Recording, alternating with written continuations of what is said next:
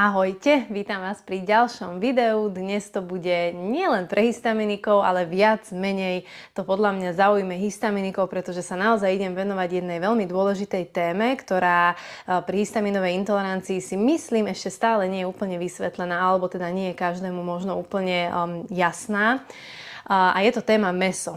Mám tu mnohých mäsožravcov, mám tu mnohých vegetariánov, vegánov, je to úplne jedno. Mne sa žiada trošku do tejto témy zabrdnúť, alebo teda vás nejak zasvetiť do tých tajov histamínu skrz toto video, pretože do mojej novej knihy som sa rozhodla, že mäsové recepty nebudem dávať, respektíve je tam jeden jediný mäsový recept a to je recept na vývar, ktorý je pre mňa takým jedným základným pokrmom. Naozaj mám ho vždy zamrazený v mrazničke, je to taká prvá pomoc, kedykoľvek treba, a samozrejme aj iné mäsové jedlá konzumujem. Len som sa rozhodla, že v prvej knihe už sú nejaké mäsové recepty, v druhej knihe sú nejaké mäsové a aj rybie samozrejme recepty a do tejto ich nedám preto, lebo zväčša u mňa sa opakujú. Oni sú stále väčšinou tie isté, veľmi jednoduché.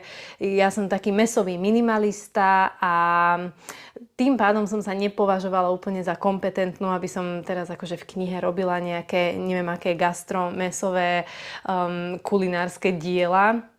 Lenže pri recepte na ten vývar mi vlastne došlo, že keby som všetko, čo chcem o tom mäse povedať, mala natlačiť na jednu dvojstranu, tak neexistuje, že sa to tam dá.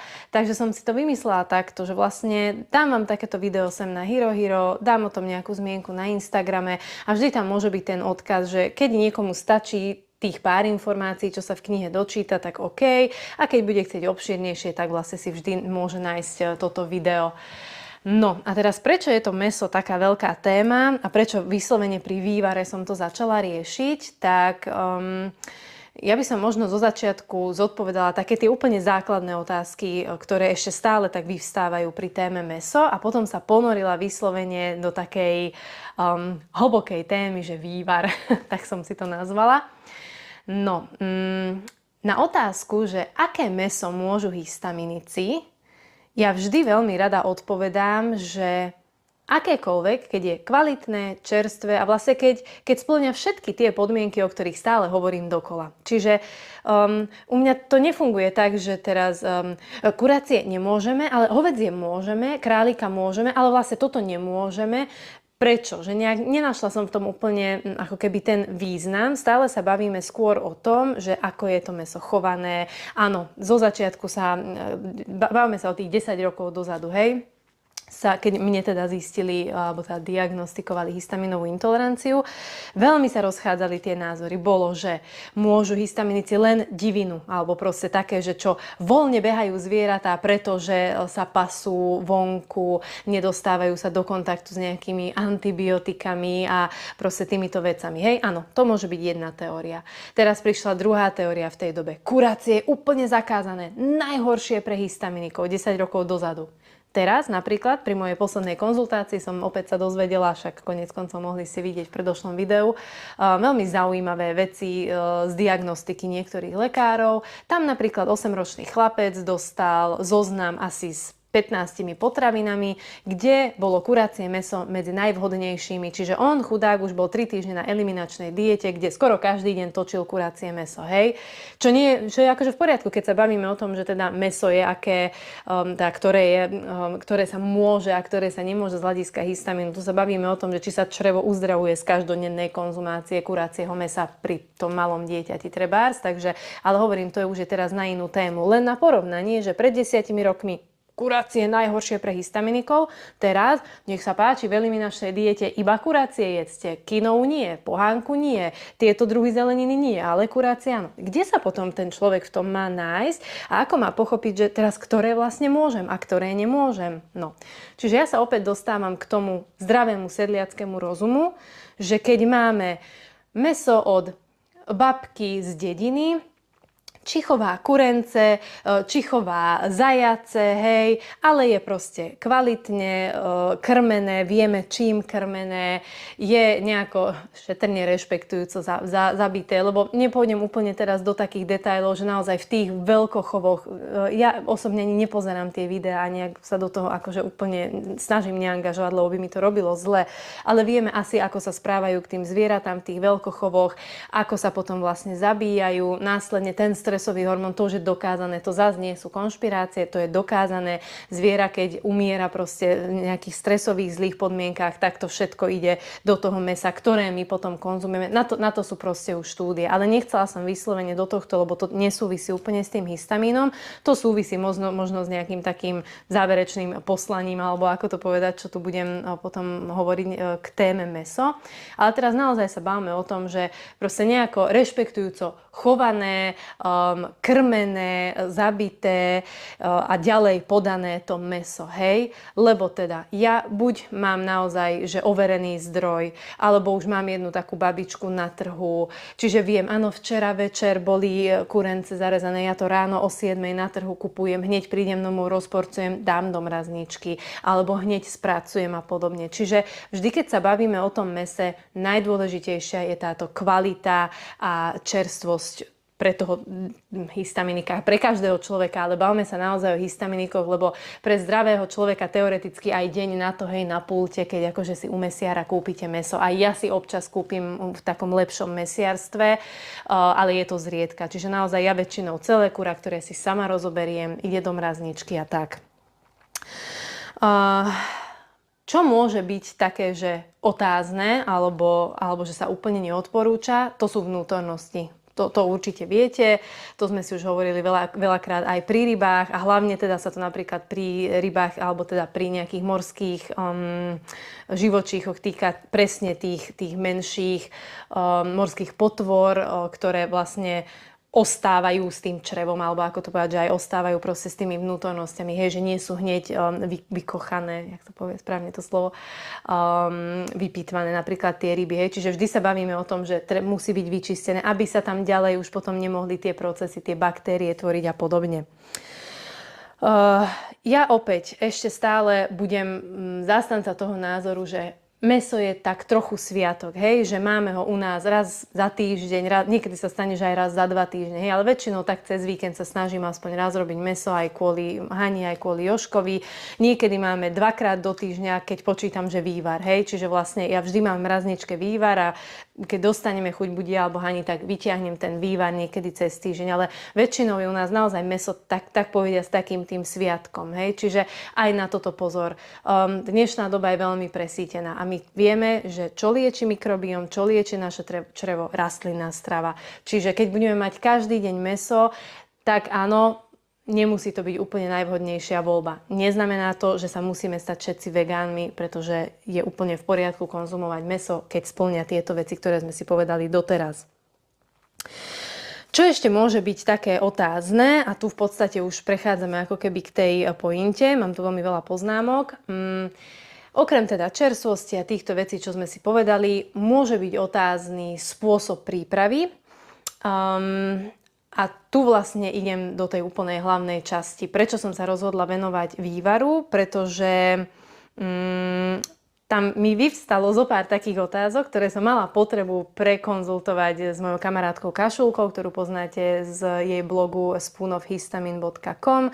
Je to naša histaminová kašulka, s ktorou som výborná priateľka a roky sa od nej učím. A tým, že ona nemá až takú kapacitu úplne na tú blogovú tvorbu, už tak veľakrát sa vlastne skrz nejakú našu debatu dostaneme do toho, že no ja o tom teda spravím video, pomôžme si, hádžeme jej k tomu otázky.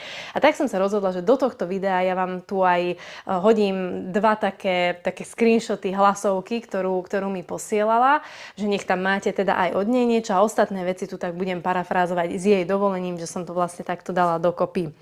No, sporné teda pri príprave mäsa môže byť grilovanie alebo smaženie, keď už sa bavíme teda o tom procese prípravy mäsa.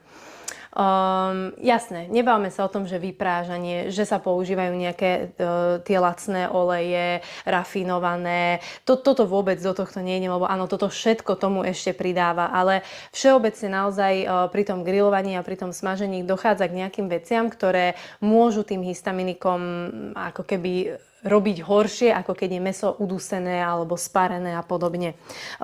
Pri niektorých poznámkach si požičiam naozaj vyslovene tieto kašulkyné slová. Takže prečo je to teda tak? Histamín v mäse sa prirodzene zvyšuje tým grillovaním a smažením, pretože sa obsah vody veľmi zmenšuje alebo teda znižuje.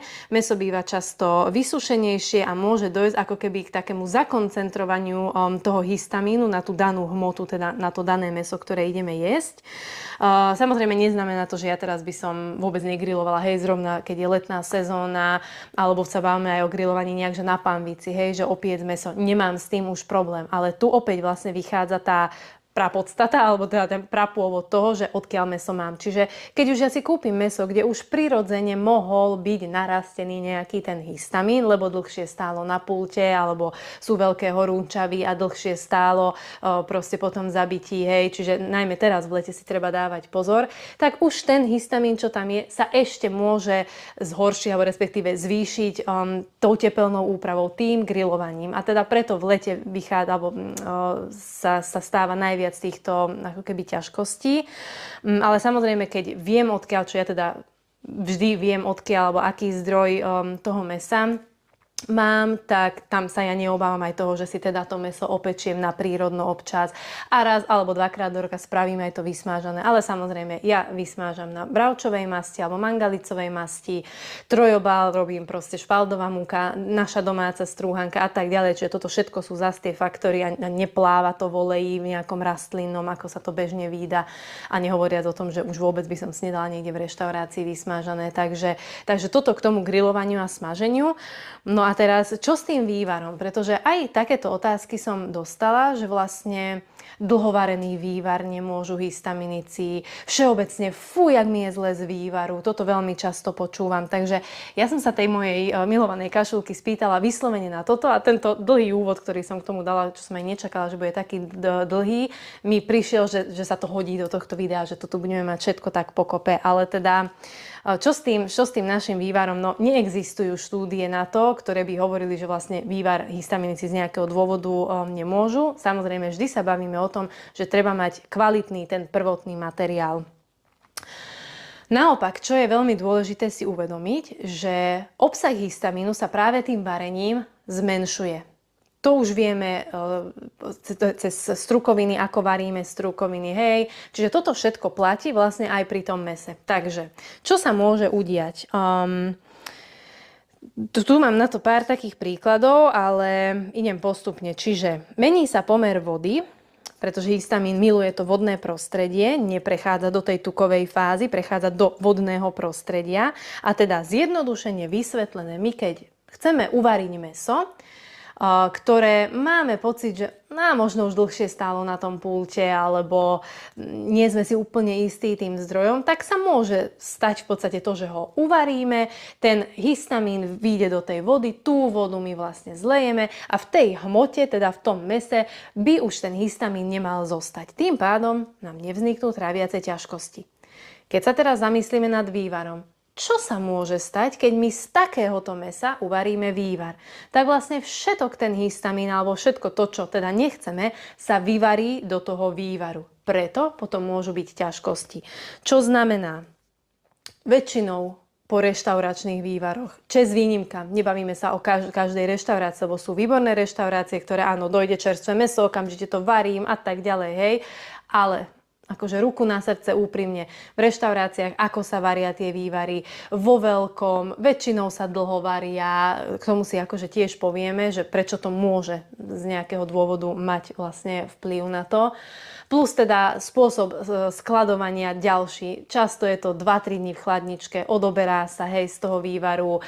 Není to všade tak, že krásne sa to zamrazí a teraz sa to vyberá z mrazničky a tak ďalej. Čiže áno, naozaj tam môže vzniknúť reakcia z vývaru, najmä keď sa bavíme teda o reštauračnom stravovaní. Z tohto teda logicky vyplýva, že keď dlho varíme ten vývar, z takého mäsa alebo proste z takých kostí a z týchto ostatných vecí, ktoré nemáme úplne overený zdroj alebo nie sme si úplne istí, tak čím dlhšie sa varí ten vývar, tým viac toho histamínu alebo iných biogénnych amínov môže vojsť do toho vývaru. A tým pádom už nemáme ten zdravý, úžasný vývar, proste kvôli ktorému vývary varíme, hej, ale môže nám spôsobiť ťažkosti a vlastne spravíme si horšie, ako sme chceli. Celkovo vieme, že živočíšne produkty sú vlastne najväčším zdrojom toho histamínu alebo baktérií. Preto si naozaj treba dávať pozor na tú kvalitu. Väčšinou sa na vývary kupujú kosti. Tie kosti sú, obalené krvou, tým mäsom.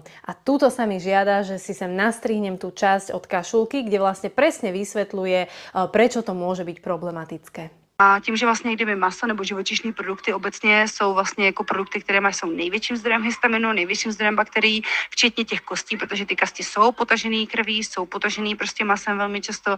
Nikdy nekoupíš jako úplně čistou ohledanou kost, že jo, vyvařenou, která by ti asi nedávalo ani smysl, tak vlastně musíš brát v potaz, že tam vždycky nějaký pravděpodobně histamin bude. Často to asi je i tím, že vlastně ta kvalita těch kostí, co se používá na ten vývar nebo toho masa, nebývá ta nejvyšší. Když to tak vezmeš, tak se na to berou prostě nějaké jako kosti, které můžou být nějak ale uležený nebo tohle.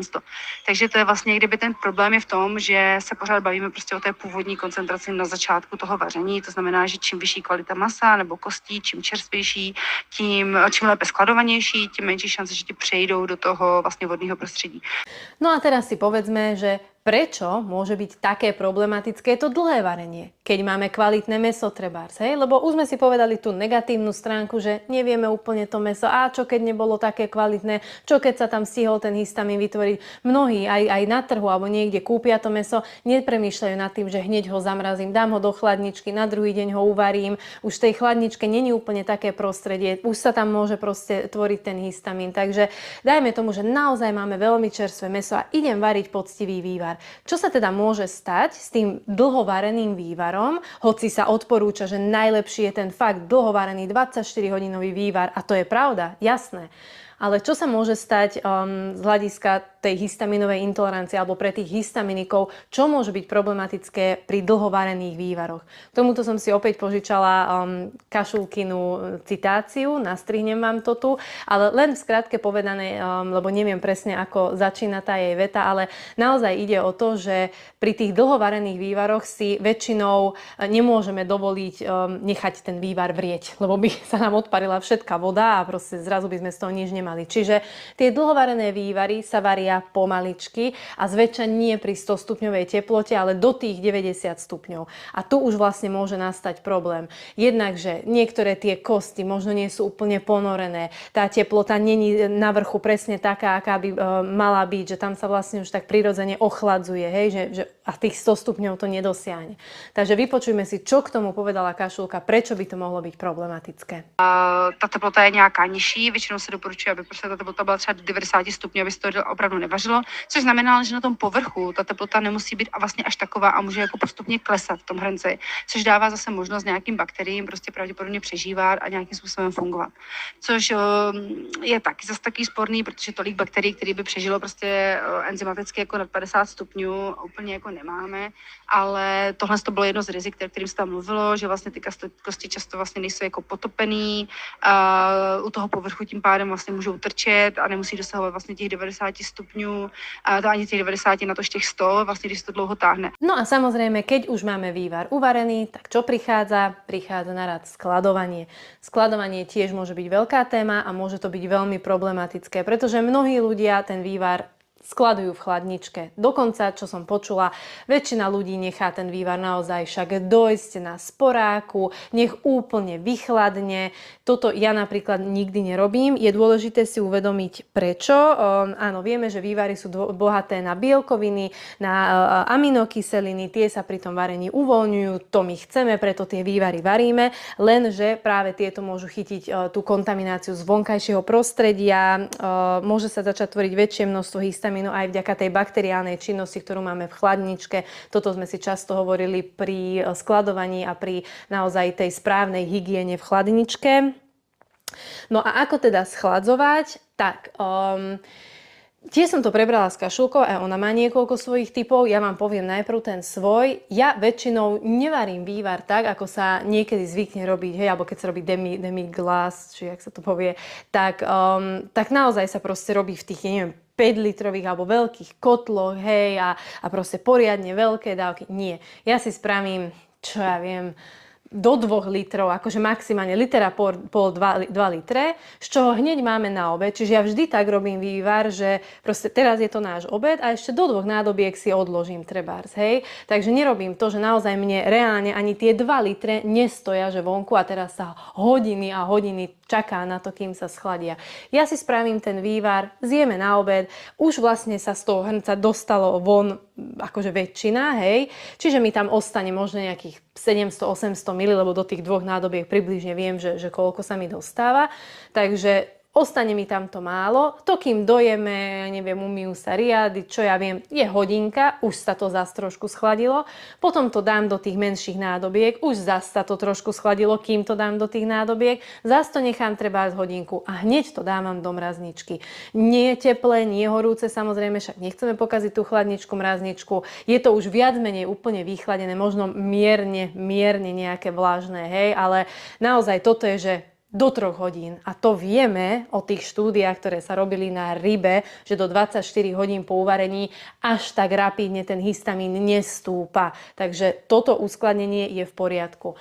Môžete spraviť aj to, Kašulka to robí podobne, tiež vlastne dáva buď do nejakých menších nádobiek, alebo odporúča napríklad zobrať si teda väčší hrniec, dať do ňoho studenú vodu, ponoriť, že nejaké takéto ochladzovanie, ale v podstate my potrebujeme len, aby sa predišlo tomu nejakému zastaralému, zaužívanému, babkovskému spôsobu, kde teda sa nechal ten vývar ešte v lete pri izbovej teplote, nejakej veľkej teplote, hej, alebo sa dal do chladničky a potom sa na druhý deň, alebo proste tam nebodaj stál 3 dní. Tomuto my potrebujeme predísť, takže toto sa už naozaj teda by sa nemalo robiť.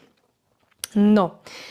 Mám tu záver. Na záver som si tu dala už len takú úvahu, že či vôbec jesť alebo nejesť mäso. Že aj toto je veľmi častá téma a ako už viete, ako som už aj vlastne na začiatku spomenula, tak áno, to črevo sa uzdravuje hlavne z tej rastlinnej stravy. Avšak ja som stále zástanca toho názoru, že aj to mäso sme kedysi jedli, ako hovorím, je to pre nás nejakým sviatkom. To, že už v dnešnej dobe je aká kvalita mäsa, veľkochovy a podobne, to sa vôbec nebáme, ale keď ostávame možno v nejakej takejto tej rozumnej, hej, úrovni, tak sa nebáme o tom, že aj mäso má proste svoje benefity, hej, alebo aj niektoré vnútornosti. To sa hovorí aj pri bábetkách, to bola vždy veľká téma, že dať pečienku, nedať pečienku. Čiže fakt, keď by sme sa nastavili na nejaké také, že veľmi, že komunitné dedinské prostredie, kde žijeme, že super, všetko máme čerstvé, zdravé, kvalitné, tak by som sa o tom vôbec nebavila. Ale dnes, v dnešnej dobe, keď už teda vieme, aká je presýtená doba a hlavne ten potravinársky trh a podobne, tak môže vyvstať otázka, že či vôbec jesť alebo nie jesť mäso. Takže ja tu opäť prechádzam k tomu, že vy si to musíte vyskúšať. Ja som bola aj bez mäsa. Bola som jedno obdobie vegetariánka, vegánka som myslím, že nebola nikdy, ale tak dobre, mliečne produkty nejem, keďže mám alergiu. Ale vlastne áno, vyskúšala som si aj toto, vrátila som sa k nemu. Hej, určite nie k spracovaným mäsovým výrobkom a tak ďalej. To sa vôbec nebavme, alebo paštéty a podobne, čo sa mäsom ani nedá nazvať, ale fakt, že to kvalitné mäso. Čiže vrátila som sa k nemu, ale ako som povedala, mám ho takto a takto a takto.